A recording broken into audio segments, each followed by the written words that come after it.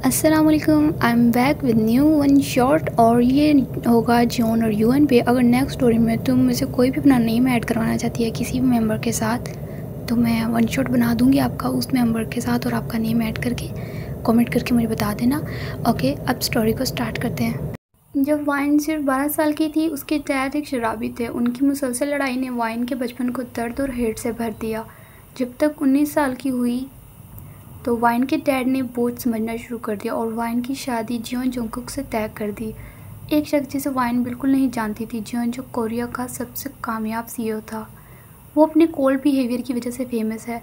जब उससे वाइन और जियोन मिले, ये वाज़ेह था कि वो वेडिंग से खुश नहीं थे, लेकिन वाइन के पास उसके साथ शादी करने के सिवा कोई और चारा नहीं था। उसके बावजूद वाइन ने उसे फ्रेंडशिप करने की और कोशिश की, जैसे हर सुबह नाश्ता बनाना, सिर्फ उसका कोल्ड फेस देखने के लिए। वाइन और जियोन का रिश्ता दूर रहता था। वाइन की शादी को 9 माह हो चुके थे और वाइन ने बहुत कोशिश की कि वाइन जियोन जोंगकुक से मुतासिर ना हो। वाइन को किसी ऐसे शख्स से प्यार हो गया जो वाइन में कोई दिलचस्पी नहीं रखता था। लेकिन इन महीनों में वाइन ने महसूस किया जियोन जोंगकुक के लिए वाइन के जज्बात बढ़ते जा रहे हैं। वाइन को लगता है कि वो उससे प्यार कर बैठी है, हालांकि वो शादी या वाइन में कोई दिलचस्पी नहीं रखता था। ये जानना मुश्किल है कि वाइन के जज्बात का जवाब वो कैसे देगा, लेकिन कुछ ना कुछ वाइन सोचती है और उसे समझौता करने का प्लान बनाती है। वो घर नहीं आया। वाइन ने उसे फ़ोन किया, लेकिन उसका कोई जवाब नहीं आया। वाइन उसका इंतज़ार कर रही थी, उम्मीद कर रही कि वो दोनों आखिर एक साथ रात का खाना तो खा ही सकते हैं ना। 1 घंटे बाद वाइन, मैं अब और इंतज़ार नहीं कर सकती। मैं ये सब करते हुए थक गई हूँ। ये फेक बन के रहना मुझे अच्छा नहीं लगता कि मैं उसकी परवाह नहीं करती। मुझे उम्मीद है कि चीज़ें बदल जाएंगी। मेरी तमाम कोशिशों के बावजूद उससे कोई मोहब्बत का आसार नज़र नहीं आता। मैं अपने दर्द की वजह से मूड ख़राब कर रही हूँ और इस बिग मेंशन में अकेली हूँ। ऐसा महसूस होता है जैसे मैं फंस गई हूँ। हालांकि मैं उससे पूरे दिल से प्यार करती हूँ, लेकिन ऐसा लगता है कि उसे मेरी कोई परवाह नहीं है। अब खाने का ख्याल से मज़ीद ये सब मुझसे बर्दाश्त नहीं होता। मुझे सो जाना चाहिए। वाइन, मैं सोफे से उठी और टीवी बंद कर दिया। जैसे ही मैं बेड पर जाने वाली थी, दरवाज़ा खुला और मेरे कोल्ड हस्बैंड सामने आए। उनका प्यारा और दिलकश फेस के बावजूद उनके अमाल मुझे रोज़ाना याद दिलाते हैं कि वो मुझसे प्यार नहीं करते। वो मेरी परवाह नहीं करते कि मैंने खाना खाया है या नहीं। वाइन ने उन्हें खाली नज़रों से देखा, कुछ नहीं कहा। बगैर कुछ कहे मैं मुड़ी और अपने रूम में चली गई। उसे अकेला ड्रेस चेंज करने के लिए छोड़ दिया।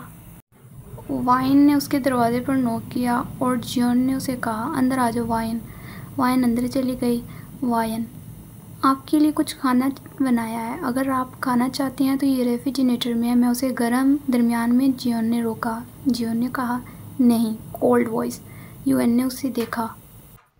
वाइन, तुम बहुत बुरे हो जियोन, मैं तुमसे इसीलिए नफ़रत करती हूँ। मैं तुम्हारे लिए हर रोज़ खाना बनाने की बहुत कोशिश करती हूँ और अच्छी भी बनने की कोशिश करती हूँ, लेकिन तुम मुझे नज़रअंदाज करते हो। तुम ये भी नहीं पूछते कि मैंने खाना खाया है या नहीं। तुम इतने बेखबर हो कि तुम्हें दिख भी नहीं रहा कि मैं तुमसे कितना प्यार करती हूँ। इसका सामना करने की हिम्मत जमा करने के बावजूद मैंने उसे इतना कुछ कहा, लेकिन उसने मुझे सिर्फ कोल्ड फेस से देखा और कुछ नहीं कहा। उसकी यही खामोशी मेरे लिए बहुत दर्द होती है। मुझे तकलीफ़ देती है जब वो मुझे ऐसे कोल्ड फेस से देखकर चुप बैठा रहता है। वाइन, मुझे मालूम नहीं था कि मैं उस पर कितना अर्सा से अंदर से भरी हुई थी, इसलिए मैंने इतना बोल दिया। अचानक मैंने नोट किया उसने बेशर्मी से अपनी शर्ट उतारना शुरू कर दी, जिससे मेरी आंखें बड़ी हो गईं और मेरा दिल बेकाबू धड़कने लगा। शर्मिंदगी की लहर में मैंने जल्दी से अपनी नज़रें नीचे झुका ली और माजरत ख्वाह हो गई। मैं अपने कमरे की तरफ भागी और जल्दी से जाकर बिस्तर पर लेट गई। अचानक मेरे जहन में ख्याल आया और मैंने खुद को खामोश करने का फ़ैसला किया कि मैं आज से चुप रहूँगी। नेक्स्ट मॉर्निंग जैसे ही वायन उठी, अपनी सुबह की मामूल की एक्सरसाइज करने गई। फिर वायन जोंगकुक के कमरे की तरफ चली गई। वहाँ वायन ने उसे शर्टलेस सोता हुआ देखा। जियोन सोता हुआ भी बहुत खूबसूरत लग रहा था। वायन ने उसे नरमी से जगाने की कोशिश की, उसका नाम बुलाते हुए। जियोन, जियोन, उठ जाए जियोन। कुछ देर बाद जियोन की आंखें खुली। उसने वाइन को देखा और अपने मैसी हेयर में हाथ मारने लगा। वाइन ने उसे ऐसा करता देख अपने होंठ को बाइट किया और नीचे चली गई। वाइन अपने लिए कुछ खाना बनाने के लिए किचन में चली गई और जबकि जियोन शावर में बिजी था, वाइन ने टेबल पर बैठकर अपना नाश्ता करना शुरू किया। जोंगकुक भी अपने कमरे से बाहर आया और वाइन के बिहेवियर को नोट किया। आमतौर पर जब जियोन शावर लेकर आता था तो वाइन उसे नाश्ता देती थी। आज मुख्तलिफ था। आज वाइन ने नाश्ता नहीं दिया तो जियोन ने जब पूछा, वाइन हैरान रह गई। वाइन, मैंने नहीं बनाया। जियोन ने अपना एक आईब्रो उठाकर उसे हैरत से देखा। जियोन, क्यों नहीं? वाइन, आप कभी खाते ही नहीं तो फिर खाना क्यों वेस्ट करें? खाना खाते हुए मैंने उसकी तरफ देखा। वो अपनी जगह पर खड़ा रहा। जियोन, अगर मैं खाना चाहता हूँ तो क्या करें? जियोन ने वाइन को एक लम्हे के लिए हैरान कर दिया। जियोन ने मज़ीद जवाब नहीं दिया और वो वहाँ से ऑफिस चला गया। रात को वाइन अपने कमरे में पुरसुकून नींद सो रही थी जब अचानक जियोन जोंगकुक खामोशी से अंदर आया।